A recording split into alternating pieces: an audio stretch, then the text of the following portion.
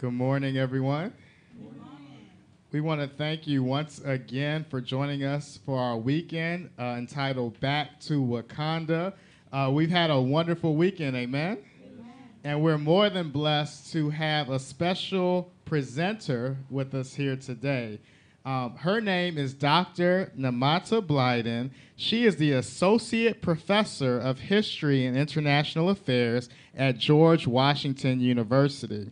She is currently serving as the Director of the Women's Gender and Sexuality Studies program. She has currently a BA in History and International Relations from Mount Holyoke College and a Master's in Philosophy and a PhD from the prestigious Yale University. She specializes in African and African American diaspora history and has worked on women in 19th century, has done work on women in the 19th century Liberia. She has also done work for the Encyclopedia Britannica and for the Schomburg Center of Research in Black Culture at New York's Public Library. So the next voice that you will hear is none other than our special guest, Dr. Nemata Blyden. Thank you.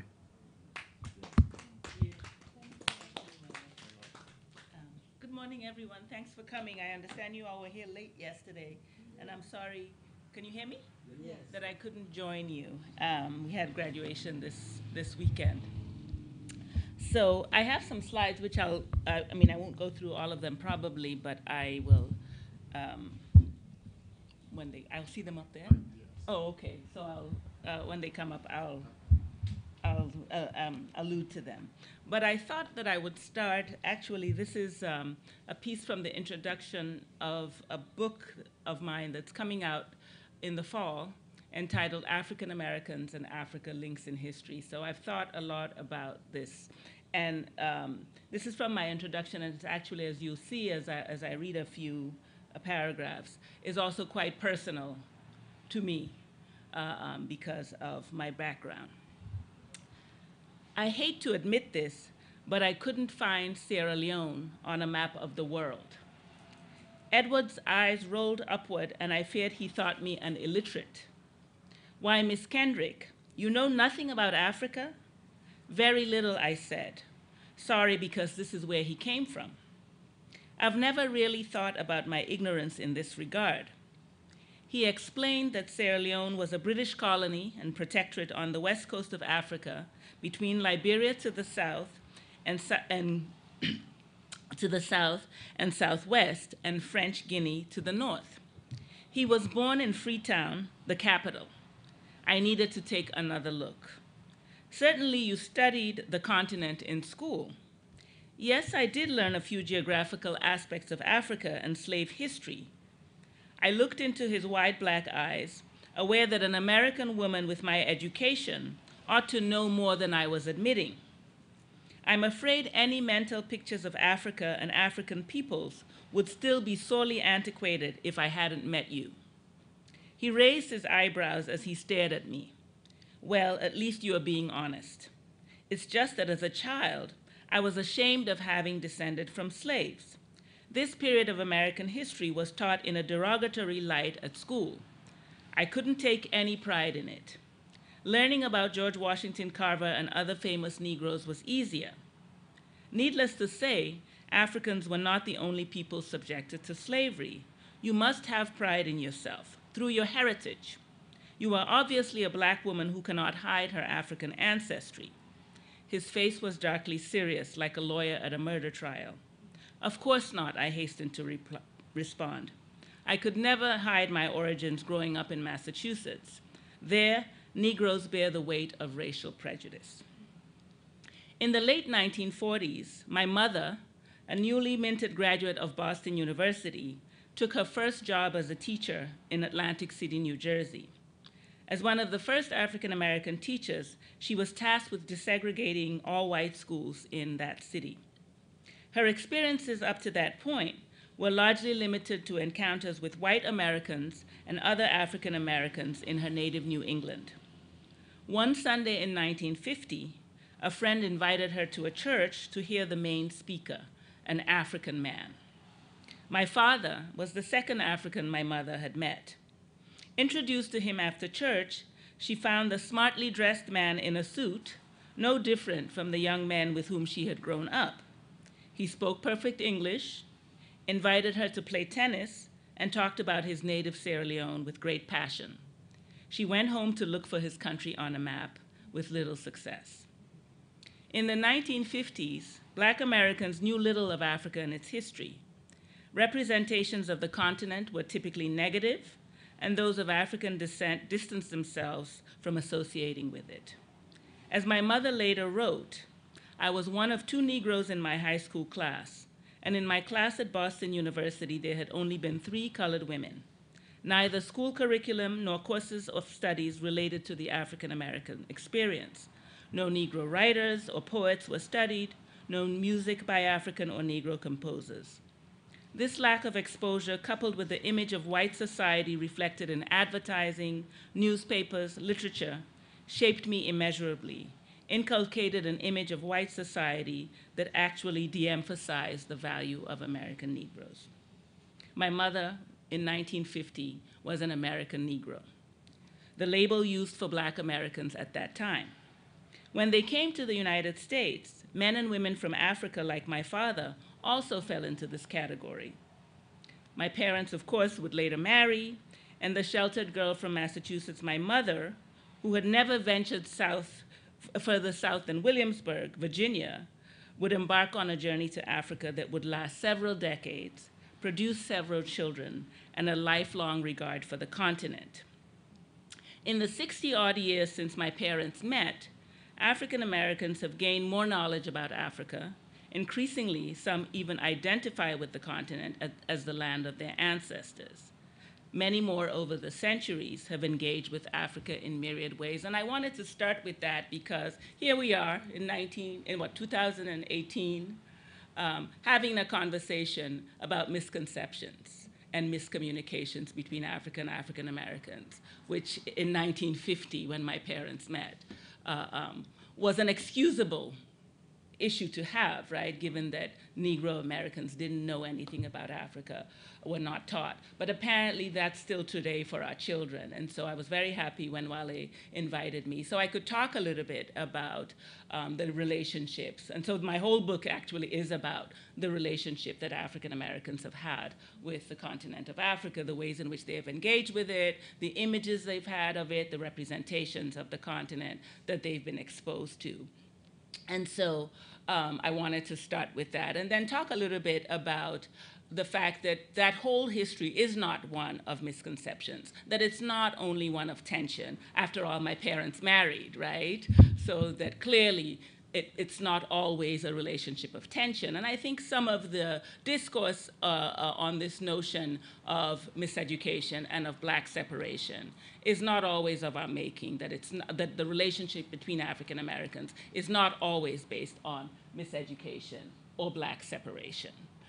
But that there have been, throughout our history, throughout the relationship between African Americans and Africans, moments when they've worked together and have come together. And so I've tried to sort of do a couple of slides that can speak to that, and then perhaps we can have a conversation. I'm a historian, and so I've looked back to history rather than contemporary times, but we can certainly talk about contemporary issues.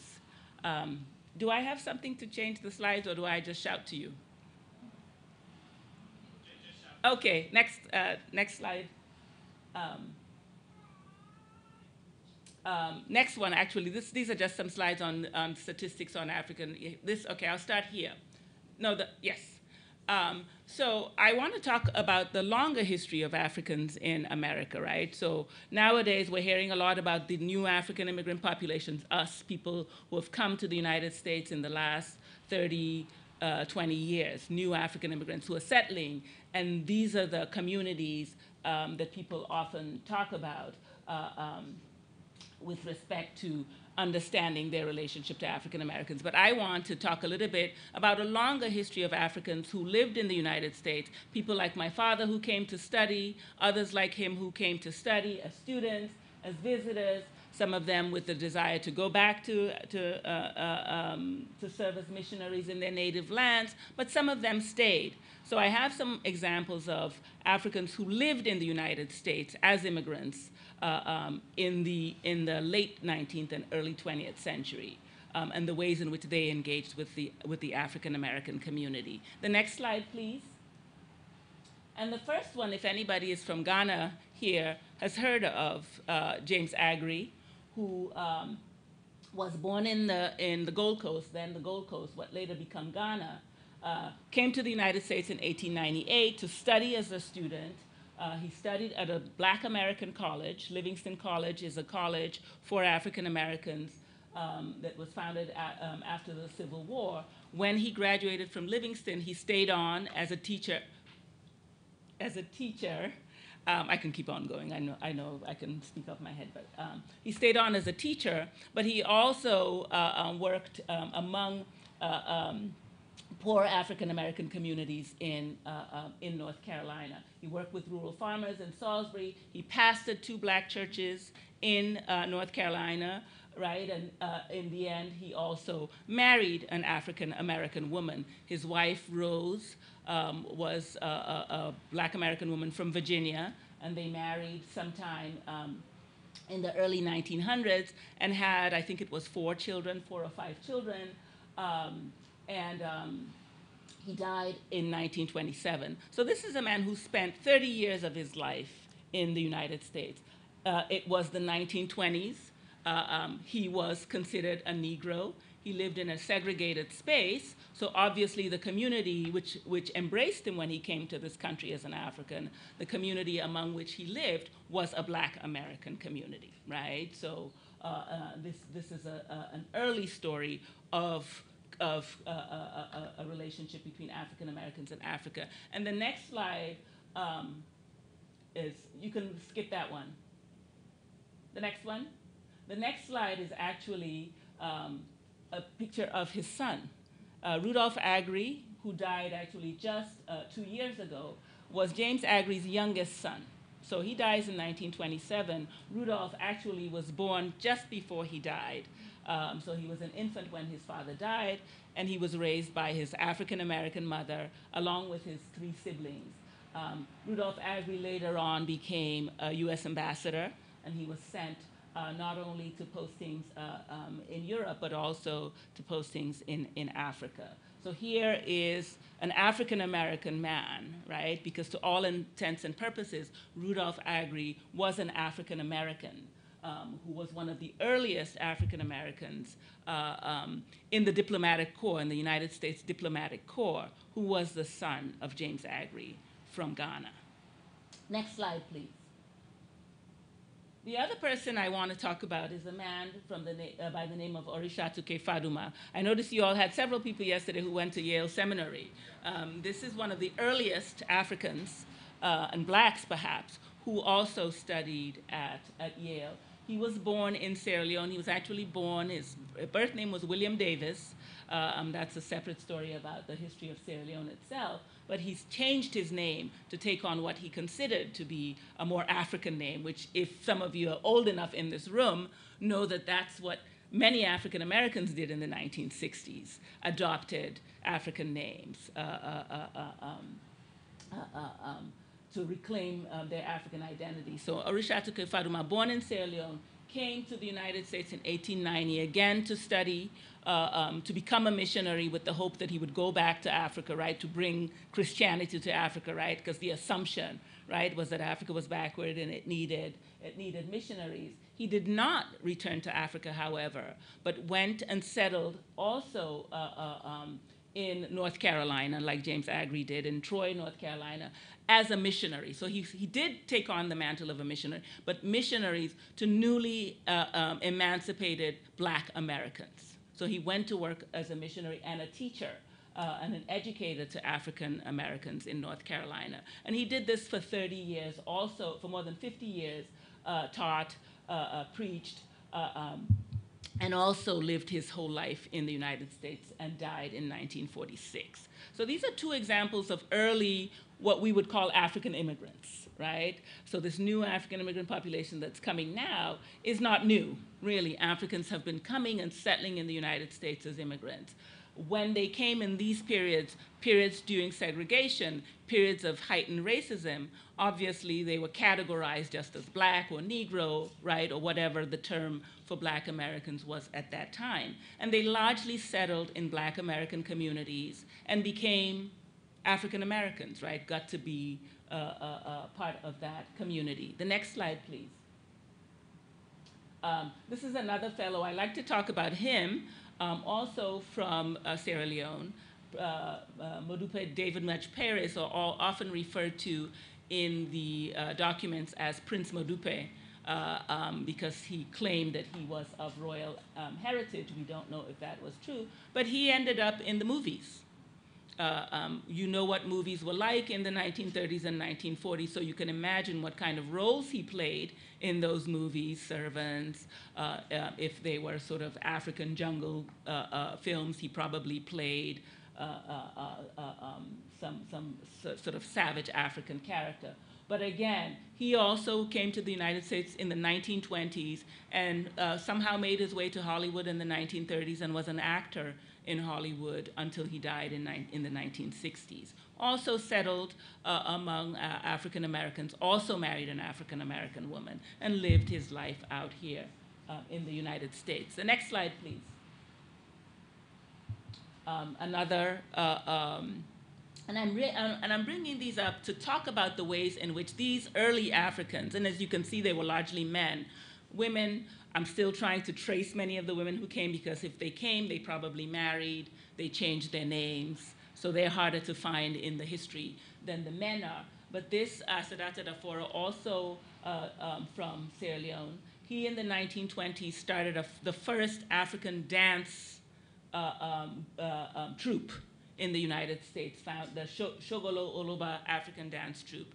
And they traveled around the country performing to audiences, both white and black audiences. But in his dance troupe, he not only had other Africans who were living in the United States, students who were living in the United States, but he also had African Americans in his dance troupe. So some of you know the 1970s sitcom, Good Times, right? And the woman who played the mother in that, her name is Esther Roll. Esther Roll was actually in Asadata Dafora's dance troupe in her younger years, right? So again, these were Africans who were settling among African Americans, living among African Americans, working with African Americans, but also shaping their views of African culture, right? Educating them about where they came from, educating them about Africa, and sort of illustrating that many of the negative stereotypes that African Americans had of Africa, as my mother indicated in that quote, were in fact not true. That in fact Africans were not savages living in the jungle, right? So that's important. The next slide, please. Right. Of course, we know of some of the later migrations of more famous Africans who lived in the United States for periods of time. Nnamdi Azikiwe, the first president of Nigeria, Kwame Nkrumah, the first president of Ghana, Hastings Banda, the first president of Malawi, were all educated in the United States. Some of them in black American colleges, at Lincoln University, at Howard University, at Hampton University, right? And so we know about many of the influences that these men took back with them as they went back to their countries, influenced by the civil rights movement of African Americans in this country, having lived in this country, and taking that back as they agitated and pushed for independence in their countries, right? Next slide, please. These are just some quotes. So Nnamdi Azikiwe, writing about his time in the United States, and this is from his autobiography, but also writing about what his time in the United States and living among African Americans did for him, says, and he's talking specifically here about the NAACP. The NAACP, he says, has been an inspiration to me and to my colleagues who have struggled in these past years in order to strengthen the cause of democracy and revive the stature of man in my country. And he's talking about Nigeria. As a student in this country, in the United States, from 1925 to 1934, I had the opportunity of being fed with my American cousins what Claude McKay called the bread of bitterness. He's referring to the racism that he faced living in the United States.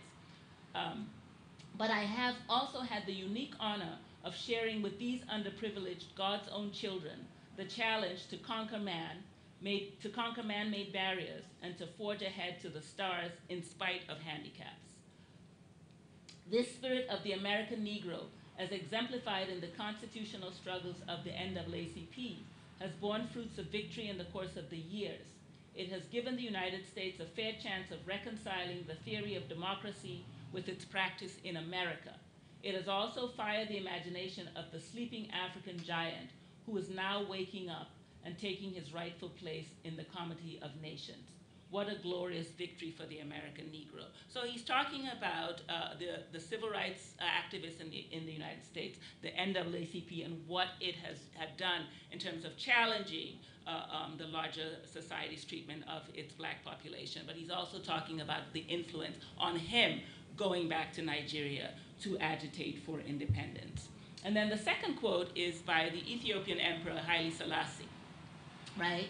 Who, when Italy invaded, and some of you know that Ethiopia was one of the few countries that was not colonized by Europeans when they carved up Africa in the 19th century.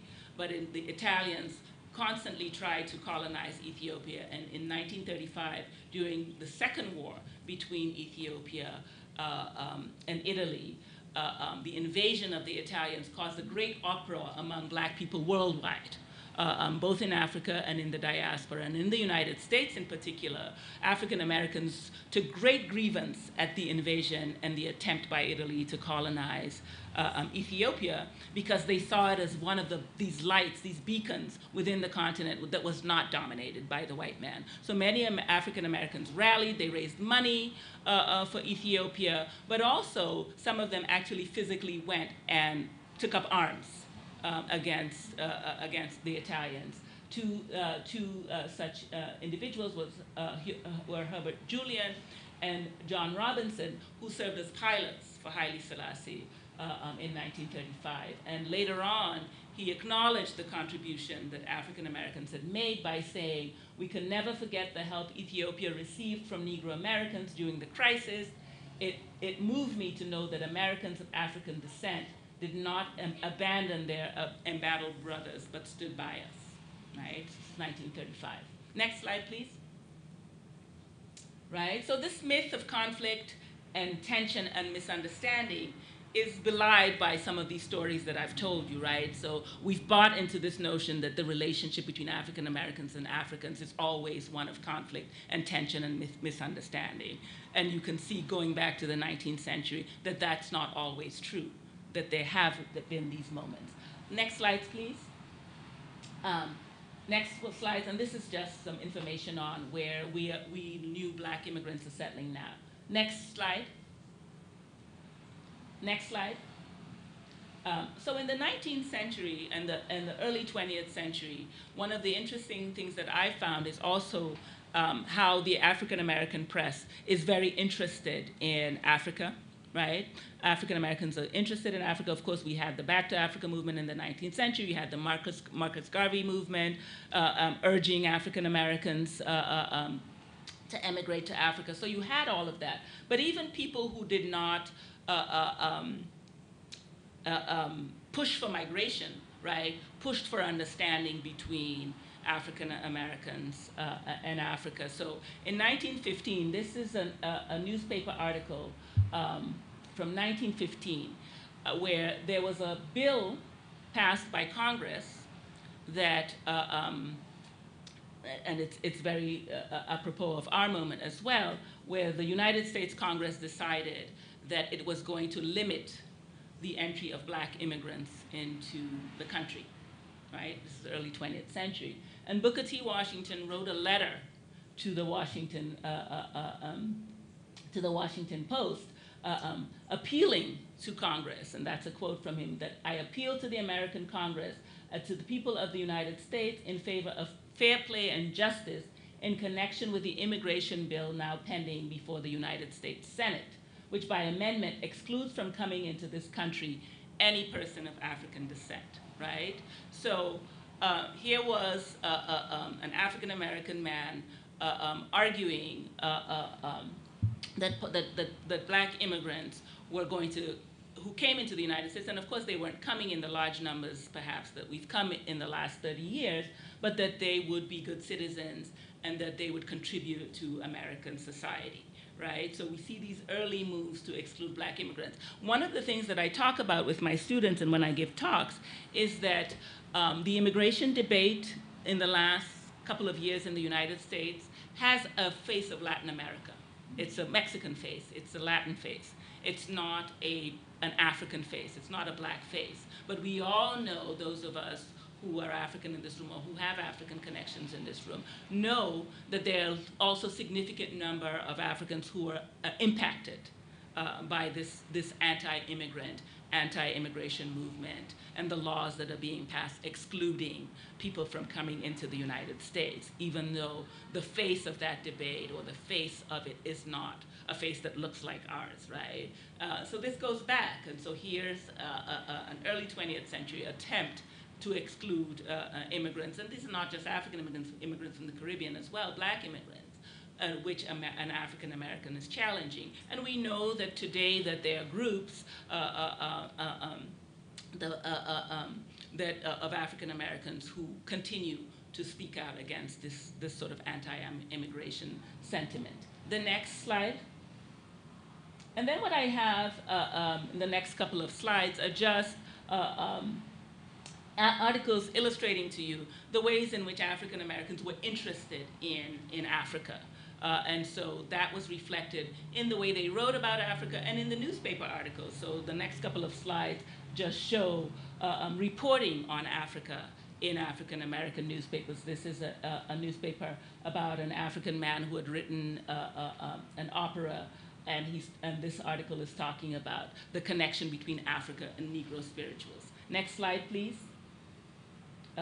This is also another article that's talking about a Ghanaian visitor to the United States, where he's invited by African Americans to churches, and he's rectifying the images that African Americans have of Africa, the kind of representations that they've been exposed to. So he's saying, the headline of this is, Africa is not a country of cannibalism and savagery, education, industry, commerce of features of life, of daily life, right? That let me tell you about the Africa that I come from, that I know, that it's not this savage wasteland. Next slide, please.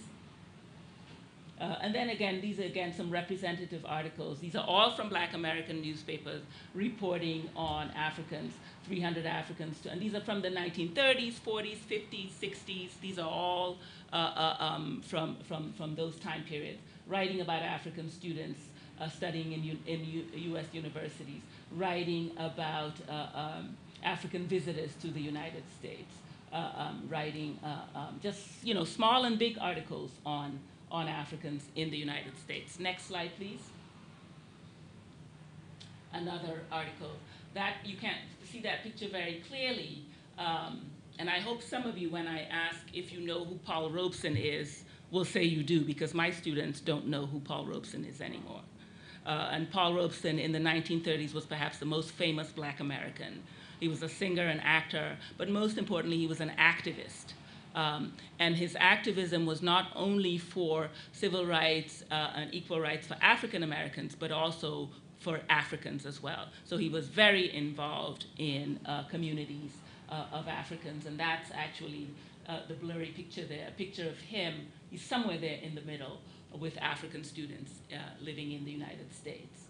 And then just funny articles like Native African student likes American food. Next slide, please. Okay, I think that was it, right? So I'm hoping we can have this conversation, because what I wanted to focus on was not the tension, because I think a lot of what we have been sold, or what we're being told, is that the relationship between African Americans and Africans is always one of conflict and misunderstanding. And though that has been true, and that still there is that, that's not the sum total of the relationship between Africans and African Americans. Thank you. Yeah, sure. Yeah. So this is my question. Mm-hmm. What would you say? Yeah.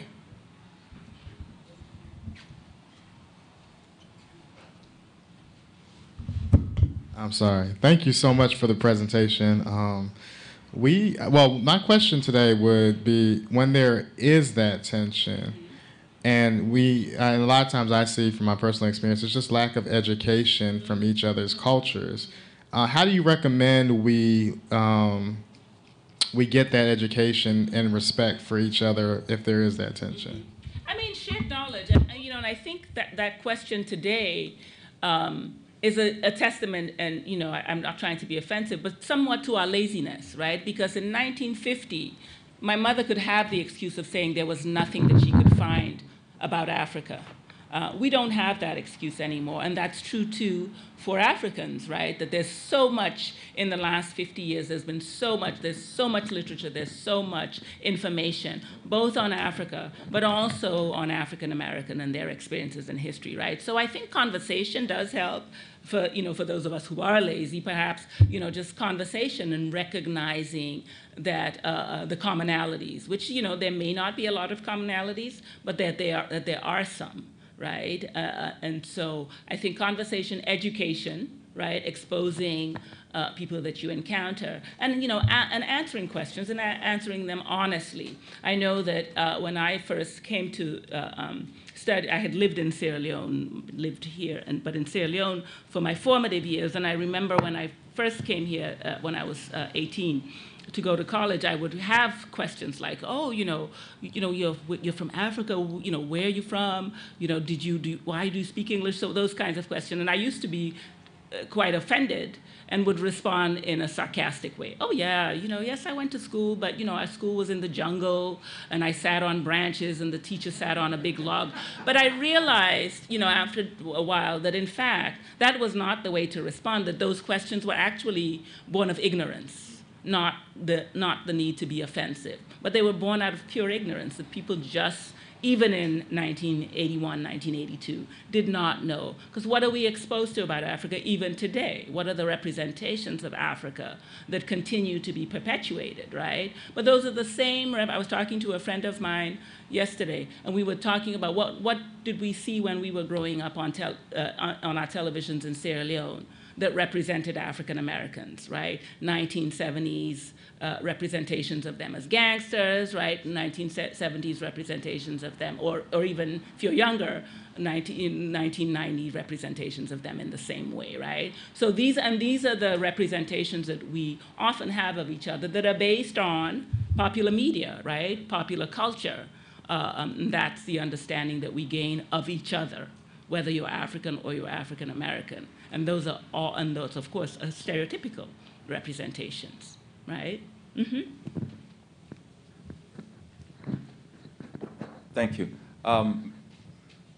Can you elucidate a little bit upon Liberia? Mm-hmm. Oh, sure. From my understanding, as far as African Americans going to the continent and so forth. I think Dr. W.E.B. Du Bois ended up in Liberia, where he... Ghana. He actually ended up in Ghana, yeah. Ghana, where he passed. But as far as Liberia is concerned, that's not a lot of common knowledge to our people of that particular... Yeah. Yes. So the history of Liberia is an interesting one. So I said Ethiopia was one of the few countries that was not colonized by Europeans. Liberia was the other one, right? But we can argue about whether Liberia was a colony or not. So in 1816, an organization was founded called the American Colonization Society. And it was founded by a white pastor from New Jersey. And something Finley, I can't remember his first name now, but he made the argument that African Americans would never receive a fair shake in the United States. They would not be accepted as equal. And so he made the argument that African Americans should should emigrate, should leave the United States. And so the American Colonization Society was founded with the idea that African Americans who could not be accepted in the society should be sent outside of the country to preferably Africa. Now, it's important to say that he was referring to free African Americans, right? There are 4 million Africans enslaved at this time, but he's talking about free African Americans, right? So the American Colonization Society is an organization that we should examine for its complexities, because those who opposed it argued that it was trying to get rid of free blacks, right, who were, of course, the population that were agitating for the end of slavery, right? It did not say free all the blacks and send them away, but just a particular class of blacks. And that particular class happened to be the class that was most vocal about slavery. However, there were many blacks who recognized that they would not, in fact, be accepted as free, and took up the offer of the American Colonization Society. So Liberia was founded in 1820 by blacks who were sponsored by the American Colonization Society to settle in Africa in 1820. It became an independent country on its own in 1847. So that's the connection between African Americans and Liberia. Sierra Leone also has a population of African Americans who went back at the end of the 18th century. The black loyalists, some of you have heard of the blacks who fought on the side of the British in the American Revolution. Some of them were freed and also settled in Sierra Leone. So there are a few countries in West Africa that had African Americans who returned, quote unquote. But Liberia was actually set up as a nation by this society that was founded by whites, although it had black supporters. I guess a follow-up to that, to this, and thank you. Yeah. A follow-up to that particular question as it pertains to Liberia. Mm-hmm. How was Liberia then accepted among the other countries in Africa, the relational aspect and so forth? Was it a stepchild, or how was it really accepted? You know, in the early period when Liberia was first settled, of course, it dealt mostly with African populations, autonomous African populations living within that region, right? The continent does not get colonized and carved up by Europeans until 1882. Right, so and so when it becomes an independent nation, it's really the only independent nation, certainly in West Africa, and it's dealing with autonomous indigenous African populations. It's dealing with Sierra Leone by that time is a crown colony, so it's dealing with British in Sierra Leone. Once African nations become independent, they become they just. So Liberia is unique in that sense, in that it's an independent nation much earlier than most African countries, but it's dealing for a large part of its history with the indigenous populations. And there are tensions, right, because they're seen, of course, as colonists, which technically they are. They're black colonists, but nevertheless, they're colonists. And so Liberia's early history also is arguably a colonial history, right, in the attempts of the black settlers to expand, right, in the attempts of the black settlers to be missionaries to the quote-unquote native Africans, right? So there's some tension there, but it's an independent nation. And so when other African countries become independent, so that I don't know that there's any sense of it as a stepchild, but certainly its close connections to the United States implicates it in some ways as a kind of a colony. Thank you. Yeah. Any other questions? Thank you. I grew up in the 1960s during the time of segregation and the movement with Dr. Martin Luther King. And my father would have us around a dinner table talking to us and about our African roots.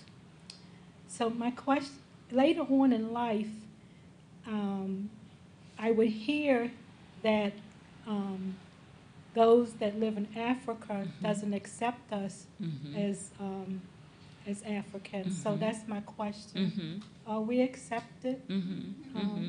Oh, Are we accepted? It's a complicated question because I think that many Africans don't know the history of African Americans. They don't know the history of the slave trade. They don't know the history of slavery, right? In the same way that African Americans don't know anything about African history. So I think there's no one answer to that question. I think there are places where African Americans are recognized as, as being a part of Africa, of African ancestry, right? There are places where people don't even know that African Americans exist, right? So I think it just depends on the place. So I think increasingly there's certainly more of that. So Ghana, I mean, you mentioned Dr. Du Bois, right? Ghana, Kwame Nkrumah. Is there somebody still at the slides? No, that's okay. No. Sit down. Dr. Kwame Nkrumah, who I had a picture of him up there of one of the early Africans who studied in the United States. Further down. Down. Some more. Down some more. Down some more. Yeah, a couple more.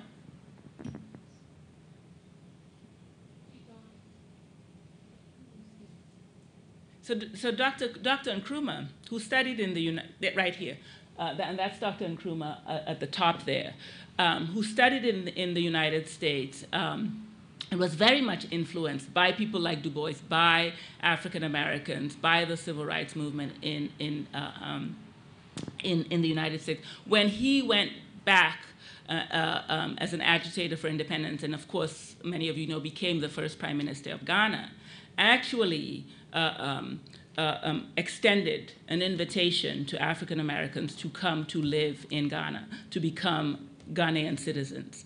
And so some of you may have, and there's a wonderful book actually on this, that looks at Ghanaians, the African Americans who lived in Ghana in the period after Ghana achieved its independence in 1957. Maya Angelou lived in Ghana for many years in the 1950s. Writers, artists, people with skills, he extended an invitation to come and contribute to the growth and development of Ghana. And so everyday people went. Those are the famous people who went and settled in Ghana. But everyday people, dentists, plumbers, working class African Americans went and settled in Ghana in the wake of its independence and lived there. Some of them still live there today. All right, so that's one example. There are other places where sort of did the same thing. So it depends. There's no sort of one answer to that question. His sensibilities were shaped by Pan-Africanism, Dr. Nkrumah. They were shaped by his experiences in the United States, and they were shaped by the readings of people like Du Bois and others who wrote on the need for unity among people of African descent, regardless of where they lived. And so that's an example. But there were other places where that happened too, but not to that extent. Yes. Hello, how are you? Fine, thank you.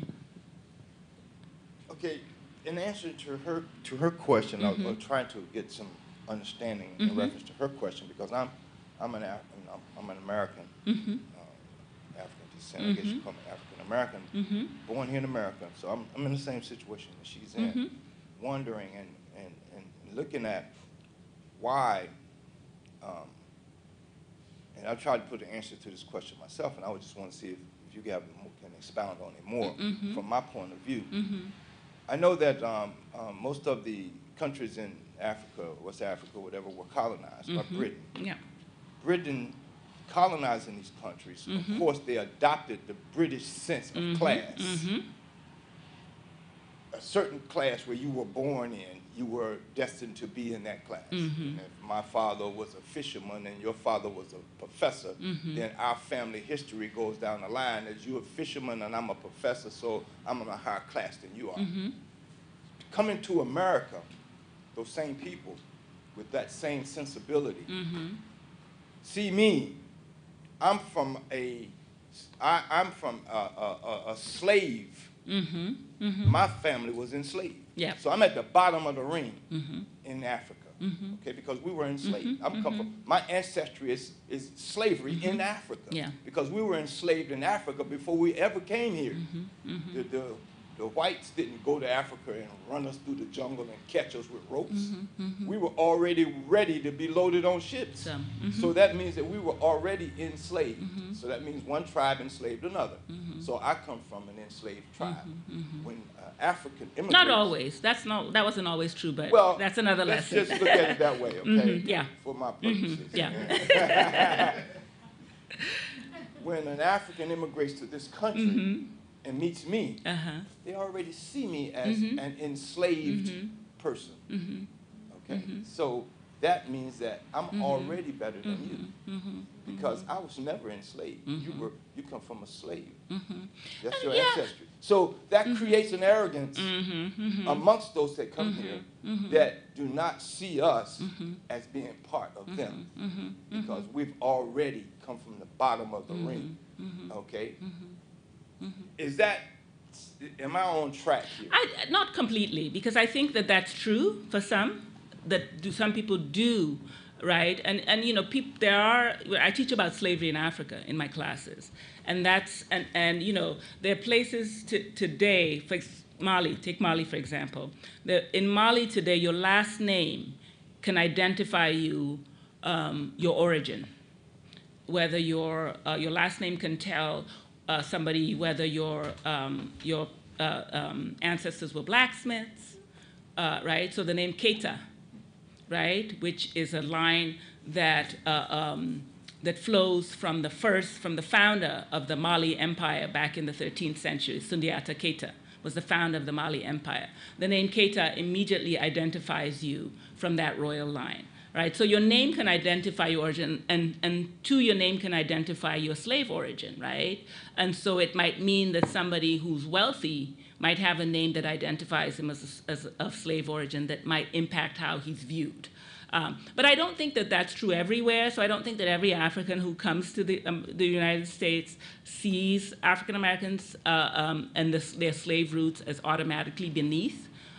But that may be true of some. So I think it's a lot more complex than that all Africans see that, because some of us do come with an education, despite the fact that we may not have been taught African American history, but we know something of the experiences of African Americans before we come, and so we know that in fact that's not true, right? I think a lot of what explains misunderstanding is just cultural differences. Just like I, who grew up in Sierra Leone, find Ghanaian customs sometimes somewhat strange. Or Nigeria, I know they're mostly Nigerians in this, some Nigerian customs quite strange, as a Sierra Leonean, right? So we're people with cultural differences, right? And so what I say to my students is when you get into a situation, particularly one like this, right, which one of the things I write about when I talk about James Aggrey is James Aggrey came here in the 19th century, and he had an understanding of race. He knew what race meant because he came from a colonial society where race operated. It operated in a different way because British colonizers, right, the way in which colonialism was set up, racial hierarchies and race operated slightly different from the way it operated in the United States. He understood race, but he had to figure out how race worked in the United States, right, for people who looked like him, right? And that's the same thing, I think, even today when African immigrants first come to this country. I think a lot of them understand race, but they don't understand how it operates in the United States, and we have to learn how it operates in the United States, right? And so those cultural differences and the learning that takes place is where these conversations need to happen, but it's also where the misunderstandings can happen as well. So I don't think that it's true that every person who comes because of, yeah. Okay. But you're right. Expounding on your commentary about race in America. Yeah. About race in America and a race, I find racism amongst my own people. Yeah, true. Okay? And that's even sometimes harder. But that's not racism. Well, that's not racism. That's prejudice. Prejudice. That's bias. That's bias. Okay, discrimination. let's but it's that. not racism. Okay, amongst my own people. Yeah. In my own African Americans amongst themselves. Yeah. And I come from her. I mean, we're the same age group, same history as far as race in this country, as far as the evolution of race. I come from South. Yeah. I'm from Florida. Okay, now when I was a kid, her size, a drive-through to me was the only way I knew to get some carry-out food if my mama didn't cook. But it wasn't the drive-through that you think of now. No. It was the hole in the wall that only black people could come to. Because in the you couldn't back go of the into the restaurant, absolutely. So the drive-through has been in existence for a long time. Yeah. Okay, liquor stores, restaurants, and so forth. They all had a drive-through, but it was They were probably created for that very reason. exactly. It was only for us. Okay. Now, in that sense, I'm a dark-skinned black. In Florida, where I grew up in school, Yeah. if you were a light-skinned black, like her, you were considered, and you considered yourself on a higher plane, you're a higher category. I'm better than you because I'm one of the light-skinned ones, okay? And that prejudice is predominant. That prejudice and hatred is even more predominant than the black and white hatred that we face against the against whites. We had to deal with that within our own groups. Okay? And it's the same thing that we're talking about now, lack of understanding, misunderstanding, or ways in which we have been programmed, right? Or the ways in which, because of how people are represented, people begin to think of themselves as better than others, right? That's a human impulse, right? Another thing that divided us was the North and the South. I'm a Southern black. A Northern black, because I speak a little slower and with a different accent, considers me to be a little less intelligent because the Northern blacks were educated. We were still working in fields down south.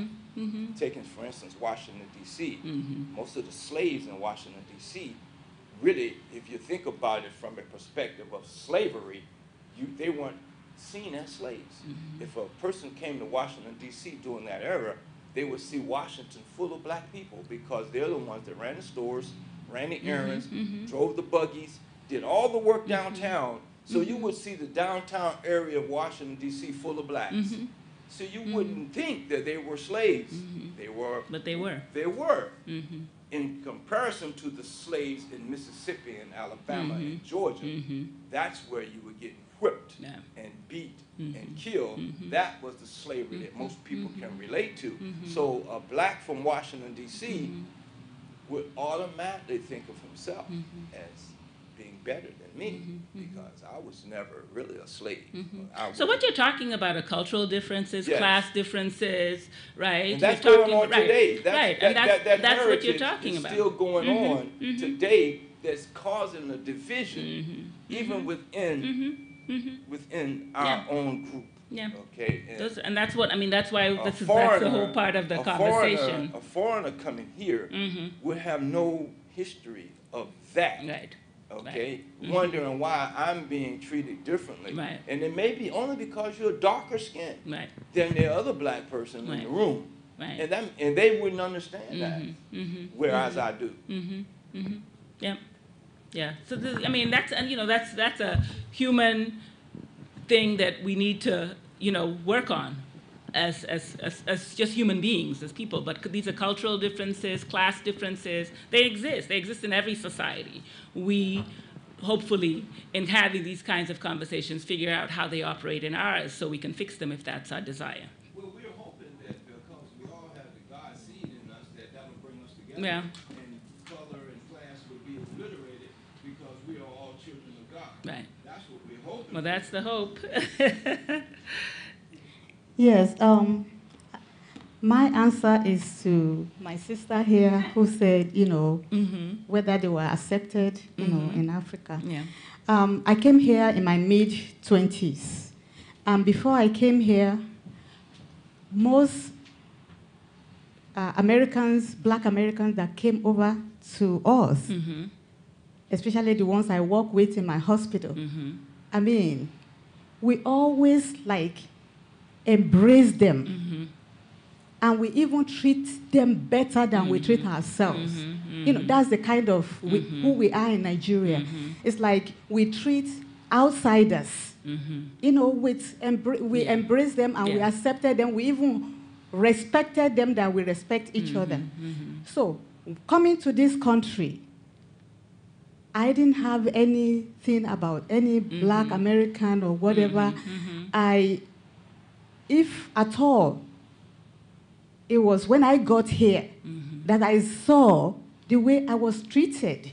You know, that wasn't like the way we treat people back home. You know, they let me know I have my accent, my body odor. I mean, all kind of things where I was walking that make you feel like, but it was all ignorant, just like you said. It's ignorance. Yes. It's ignorance. Because they will ask me questions, and sometimes if that question is not good enough, I will give them, you know.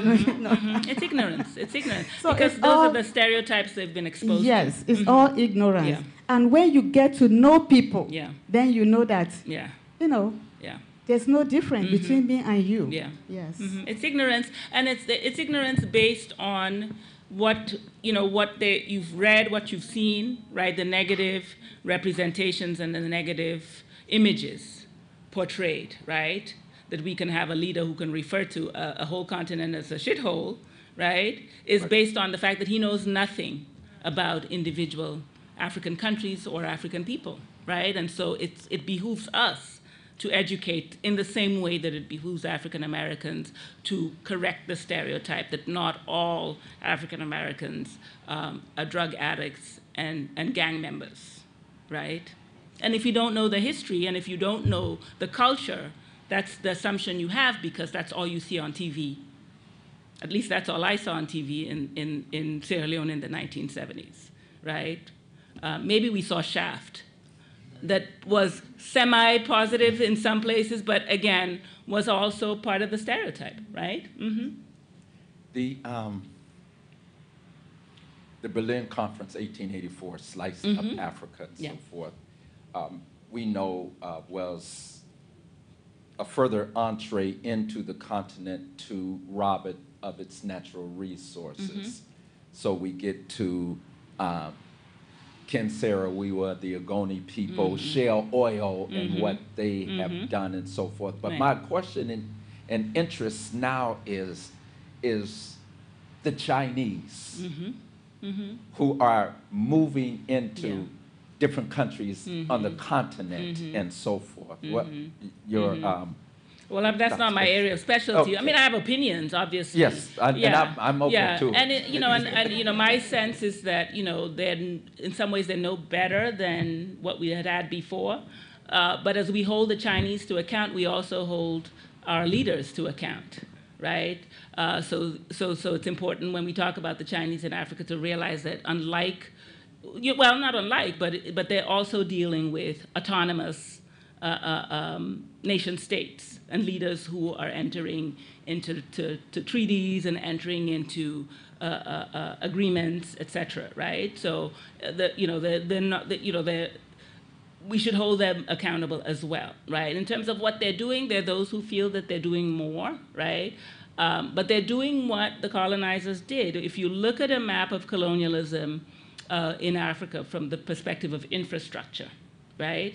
All roads led out. So there was a joke, right? Those of us who are old enough remember in the 1970s, if I in Sierra Leone wanted to call Kenya, I had to call England first to get connected to talk to somebody in Kenya. I could not make a direct call, right? So all the roads, all the railroads were leading out to the coasts, right, for exportation of raw materials.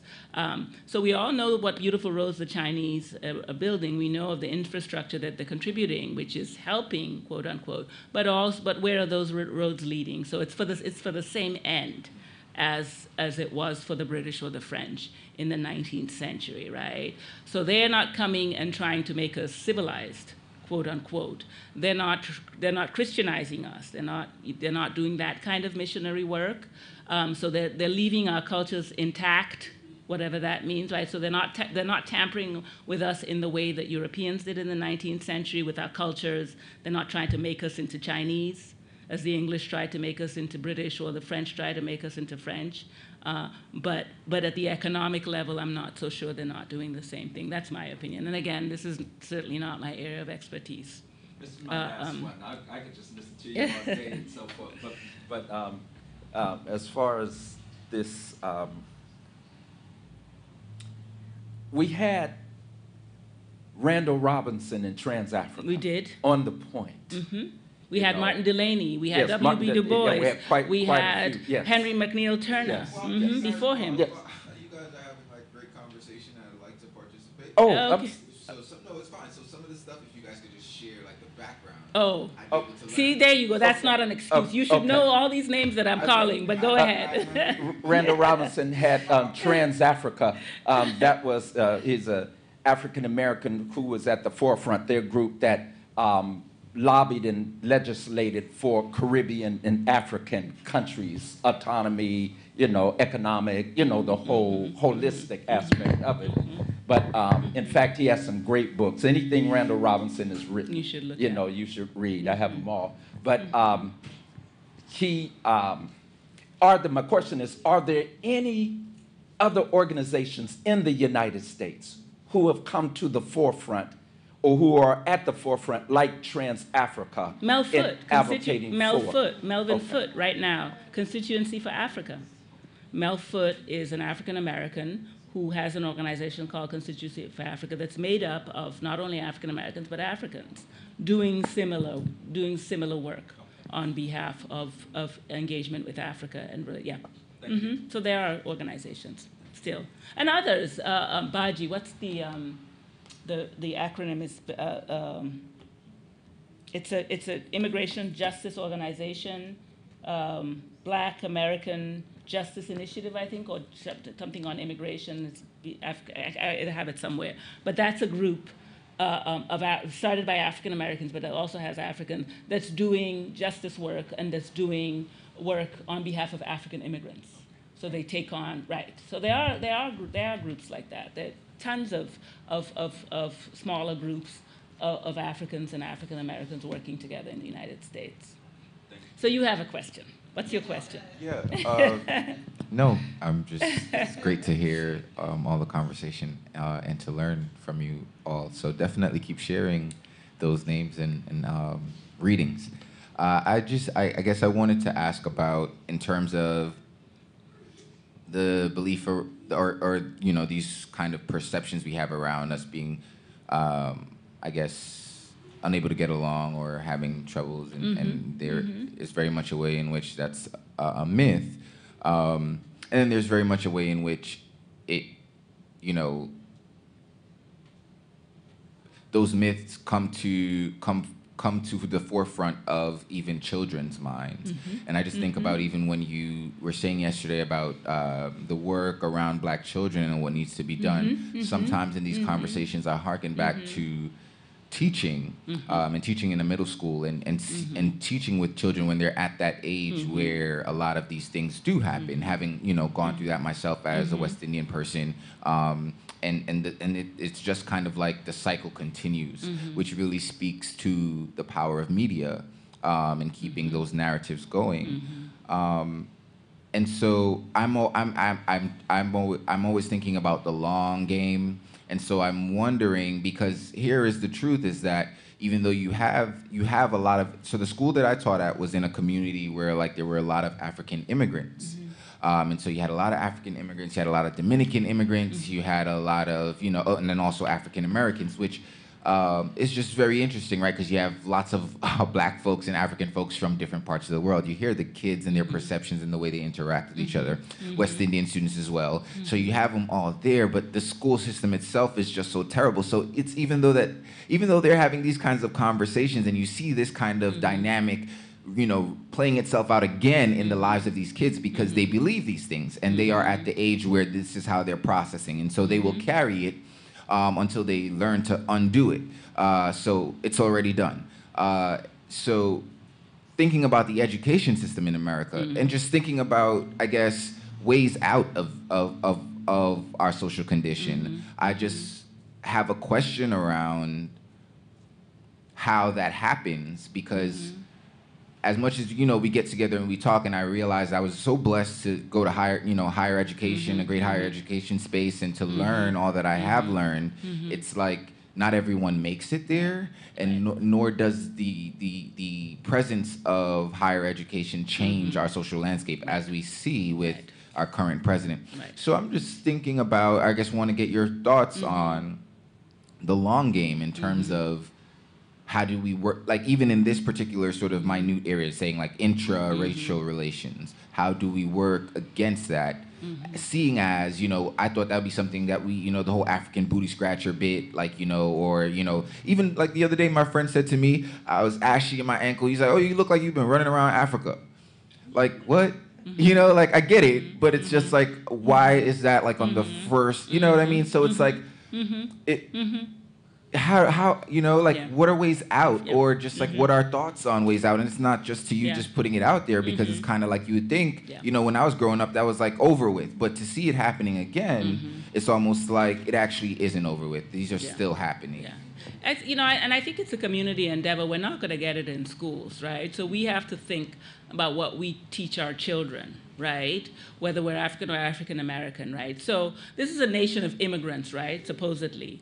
And all immigrants who come into this country come in with struggles, right? And their goal when they come here is for upward mobility, right? To make the American dream, or whatever they're calling it at the time. The Irish, the Polish, Eastern European immigrants, we've seen that history of immigrants coming in, facing marginalization until they get embraced within, right, the larger society. And all immigrants also come in sizing up the hierarchy of the society into which they've come, right? So the Irish come in, they size up, they're marginalized, thought of almost as black. They say, who's at the bottom of the hierarchy? Right, right. So what makes new immigrants any different? What makes, Vietnamese immigrants? What makes Latin American immigrants? What makes African immigrants? What makes Caribbean immigrants any different? Who come in with a stereotype, who again size up the hierarchy and see who's at the bottom. That's not where they want to be, right? Right? Unfortunately, this is a country that does not let you, right, decide where you want to be. And what African immigrants soon realize, right, is that despite, right, how they've sized up the hierarchy and have decided where they don't want to be, they've been often thrust there, right? So it behooves them to recognize that perhaps, right, having conversations surrounding that is important. And that means learning about each other, talking to each other, and dispelling these stereotypes of ashy feet and running around in Africa, or the flip side of that, right? So I think that that's an important thing, and it's only going to happen within communities and in homes, because the schools, right, are not interested in teaching that, right? So if you don't know who Randall Robinson is, that's the fault of the school system, right? Because you should know who Randall Robinson is. But if you don't know, then here we are to tell you who that is. Or if you don't know who Paul Robeson is, or some of the other people we've mentioned, Bishop Henry McNeil Turner, because you know Martin Luther King, you know Harriet Tubman, you know Rosa Parks, because that's what the school gives you, right? So we have to, in all of these communities, be able to have the conversation and teach each other and educate each other and learn about each other, so that those kinds of stereotypes are dispelled, right? Because it is true that an African child who's running around barefooted will have dusty feet, right, or ashy feet, right? But when that stereotype gets taken to an extreme, right, because of course stereotypes are always built on something real, right? When that becomes the only understanding of Africa, then it's dangerous. It's not to say that we don't have ashy feet. If you're running around in the dust, you do, right? So I think it's these kinds of conversations to you to stop and say, well, what do you mean by that? What do you think you know about Africans for you to make a comment like that, right? Let me tell you something different, right? So I think that's the only way. And because more and more African immigrants are now having children in this country, many of us have, we're now, two generations into the immigrant community, if you count from when people began to come, even if we don't count people like the Agries who came earlier, right? There are many children of African immigrants born here, and it behooves us to, again, stop teaching our children certain things, because we're guilty of that too, I think. Mm-hmm. Yes. Yeah, Okay, do you think that integration is a natural or unnatural state of being? Now you're asking me to make commentary on things I don't really know that much about. Well, the reason I ask that, because... It depends, integration with whom, when, that's what how. I'm asking you about. Integration, meaning that you're trying to take separate groups and integrate them to make one group. Yeah. No, we're not trying to integrate, because I will never stand here and say that my mother and my father, my African American mother and my African father are the same. They're not, culturally, they're different. My mother grew up all her life. She was 90 yesterday. She grew up in Massachusetts, as you heard me say, Worcester, Massachusetts. She could not fathom what the experience of a woman her age who grew up in Mississippi was. That's alien to her. They're both Black American women of the same generation, but totally different experiences, thus totally different cultures, right? Let's not then get into family structures. So I'm not saying that we should integrate or be the same, but what we should think about are what are the commonalities that we have? What are the things we have in common, right? That we can work on as we explore our differences or as we celebrate our differences. I don't expect to eat amala every Saturday in my house. I eat fufu in my house every Saturday, right? That's what we eat in Sierra Leone. The Nigerians eat something else, right? But nevertheless, there are things about Nigerians that I can understand. Same thing with African Americans. So I think, I'm not saying we should integrate, but I think we should, it behooves us to have conversations, because we live in a society which, if I'm not dressed like this walking down the street, I'm assumed to be, as my mother was in the 50s, or as my father was, assumed to be a Negro, right? Even though he was from Sierra Leone and he could shout it from every single rooftop. But that didn't get him into the restaurant. He still had to go through the drive-through. Okay, the reason I made that comment, and I'm looking at the fact that even right here in this church, it's a natural instinct for, I guess, all humans to want to be with their own kind. That's a natural instinct. And in this country, to go against that natural instinct for equality, I think that's why we should make an effort. Integration is for equality, so that you would have equal services, equal justice for all groups. Right. So therefore, we have to put all groups under that one umbrella in order to get that. But that's fighting against the natural inclination of the individual to want to group with their own kind. What we want may be important, and it's great and all of that, but what the state wants is different. So when I fill out the census, maybe now do they have all the categories? But there are very few categories that I can fill. I don't get to say my mother was from Worcester and my father was from Sierra Leone, right? It asks me to check one box, and that's the same box you check, I assume.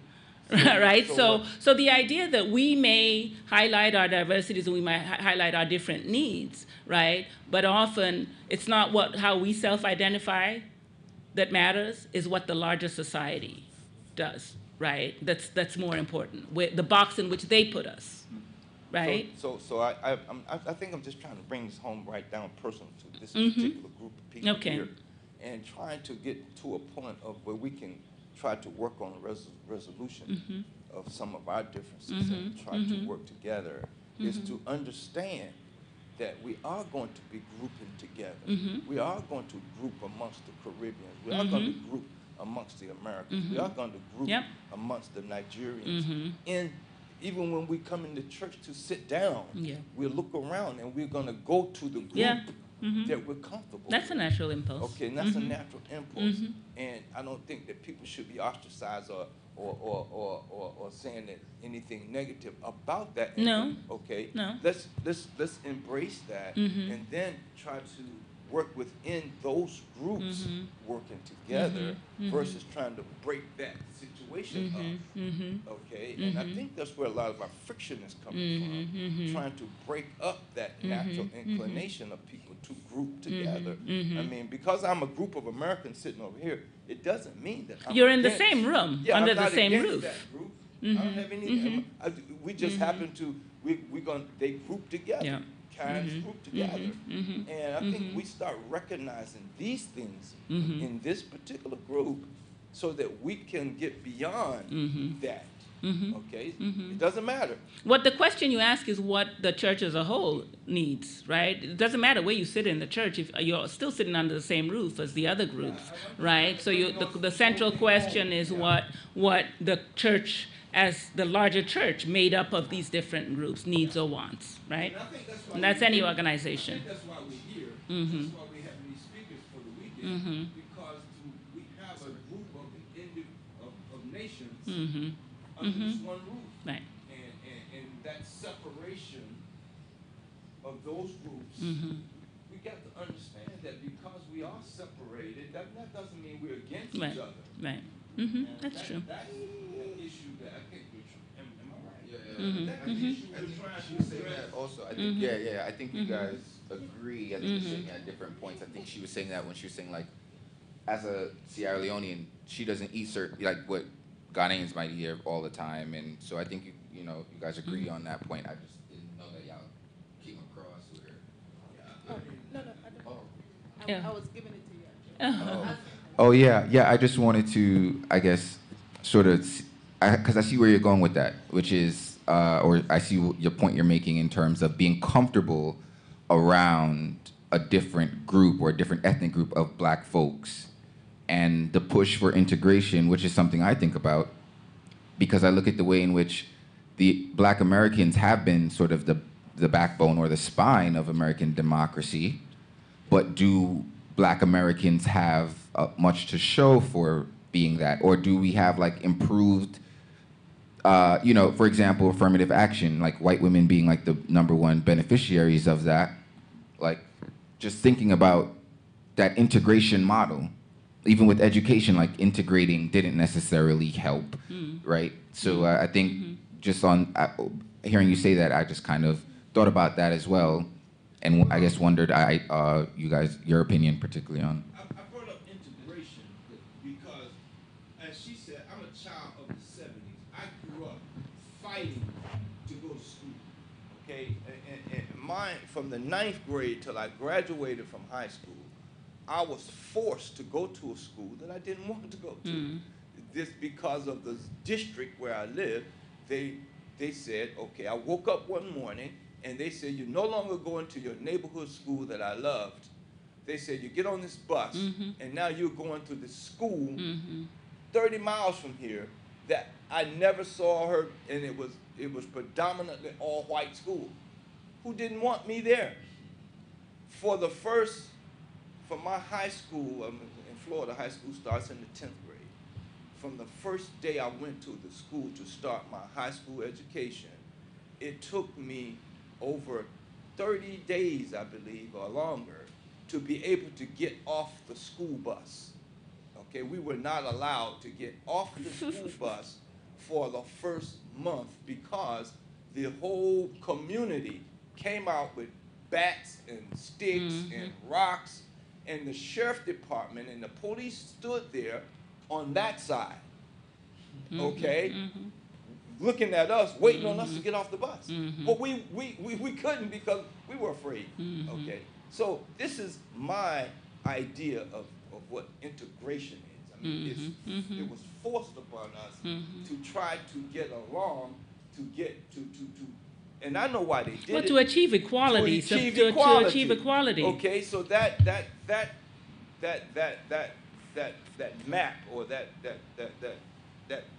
example of integration has been spread out throughout this country, and to believe that people can and should integrate or be in a melting pot is natural. That's an unnatural state, as far as I'm concerned. It's an unnatural state. If given a preference, I would have preferred to go stay to with your my own. school with That's my a human friends, impulse to stay with your every own. people that I know, and the only thing we didn't have was the equal financial backing. Okay, so if all things being equal, I would prefer to be with my own kind, and I think that's what most people feel, and a lot of people see that as separatism. Okay, and it's a natural state. So if we could work around that understanding, I think that we could get some progress. That's all. Quick question. I want to know your time. Oh, it's up to you. I'm Okay. fine. Yeah. All If right. people Well, have questions, I'm happy to answer. in that If I case- can. I'm not the expert on all things. I do want to ask this question, though, because Yeah. we were talking about education. I think education is key. I was a part of a program called CDF Freedom Schools. I don't know if you're familiar with that. Children Defense Fund, and it was started. Yes. Marinette Wright Edelman. Yes. And so basically, it's a program to get especially minority children interested in reading. And so what they do is they strategically select different types of books that talk about different types of issues with different minority faces as being the characters in the books. Yeah. And so it's like a 6-week summer program, but it really helped those who were coming from Huntsville, Alabama, and so those who were in the lower income areas, you know, we've seen people just in that summer, it's a 6-week program, go from like first grade reading level all the way to like a 4th and 5th grade reading level just because they were interested in the content of the books.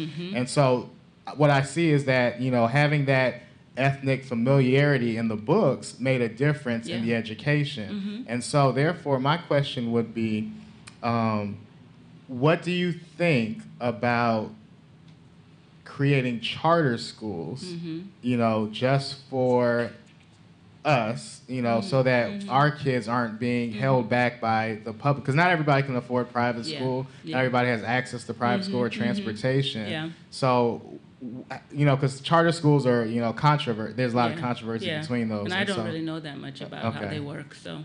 But at least starting some sort of schooling where it's not we're leaving our kids to be educated and fall behind because this is not something that they can identify with or something that they resonate with. I mean, again, I don't know that much about how charter schools work that are different from other schools, right? Because, I mean, many of our public schools are schools full of black children, right? So maybe hiring the right teachers is the way to go rather than saying, let's build a charter school to teach our children about themselves, right? Or, you know, doing it, again, as a community endeavor. But, I mean, why not? I don't know how charter schools are organized, who decides what a charter school is, and who, you know, but, I mean, I suppose, yeah. The main thing is that the children, and you know, you don't have to have a charter school to have children read books about themselves. Because even if you're in a school that's not an all-black school, all the children should be able to read books about people who look not like them, right? So that's a factor also of, you know, don't get me started on the public education system. That's a different conversation altogether. But at all schools, we don't have that excuse anymore. There are books available. Right? So again, you know, 30 years ago, you say, well, we don't have any books that feature little black girls as the central character. That's not true anymore. It's the decision to use them by a teacher or not that makes an impact, right? So my children go to the Prince William County School. We're public school people.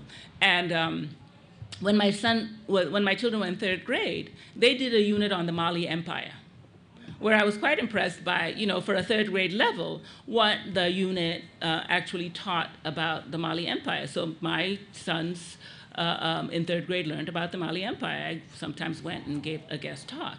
How did they learn about the Mali Empire? In a conversation of educators, I was told, where they decide what they're going to teach in the public school system, right? They were having the units rotate. And somebody was in the room who said, well, let's do Mali as a unit. And that's how Mali got into the curriculum. So not only did my son, the 2 little black boys, learn about the Mali Empire, I could have taught them that. They didn't need to have that unit. But so did all the little white children and Asian children and Latino children in their class. Learn this a little bit. You know, probably not enough for them to have any, but that's, and so those kinds of things are what we should be doing so that all of us, right, so that the African American child, the Nigerian American child, the Jamaican American child is learning something about the Mali Empire, right? One of the most vibrant and rich cities that has the richest history during the era of the Mali Empire was the city of Timbuktu.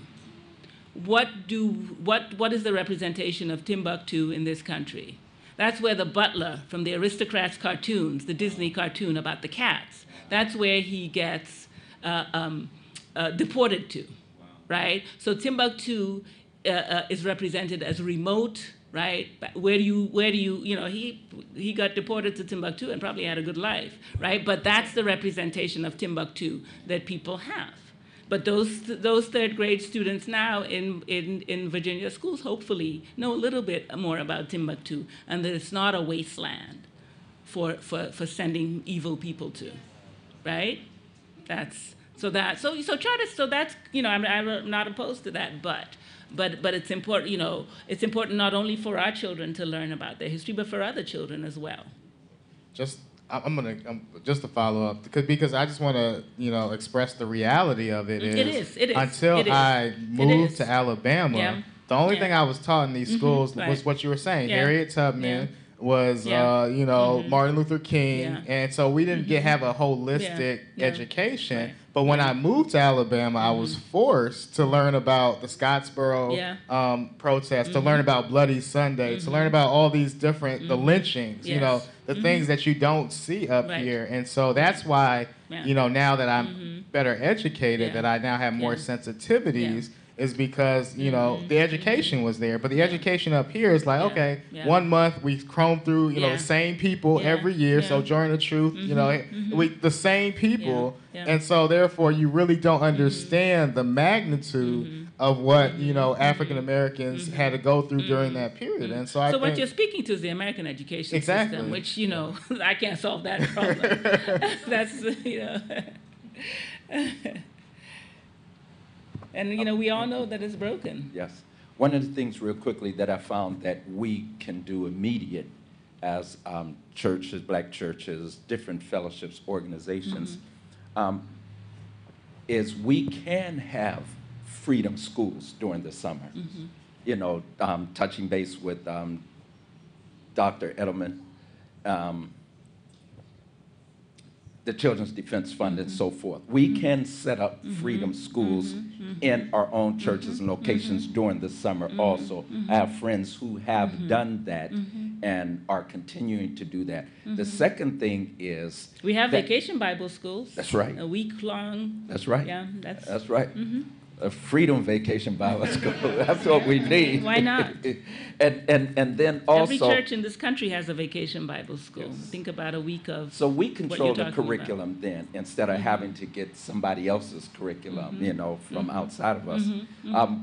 In our nonprofit, one of the things that we have always done is a book club for children and summer reading that is required, that they have to read so many books and so forth. We can take responsibility for those who are in the sphere of our influence, or we used to do like a 6-block radius of children in that area where we had the book club, a summer reading program. These were required books that you must read, the autobiography of Malcolm X, and we just went on from there.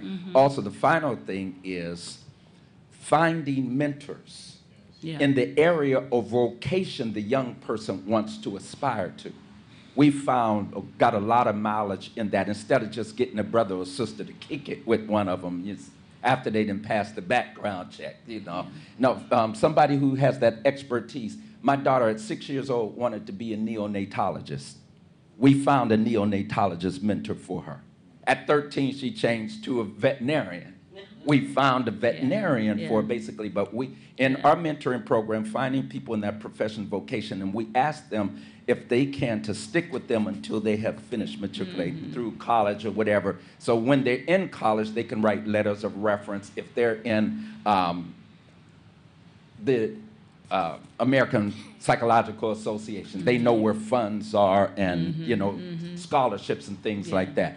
But in that profession and vocation, we found that there's agreement, there is something that helps the young person stick better than actually in a general mentoring program and so forth. These things can be done immediately, for lack of a better term, we've also done over the summer a minority writers program for children and youth. I mean, who want to write, they write their raps, they're doing their poems, they're doing their plays, they're doing their books and so forth, has really assisted them in helping them to read better so that they can write better also.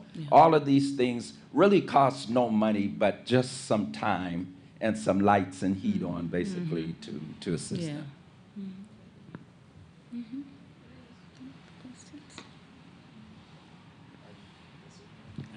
Thank you. All right.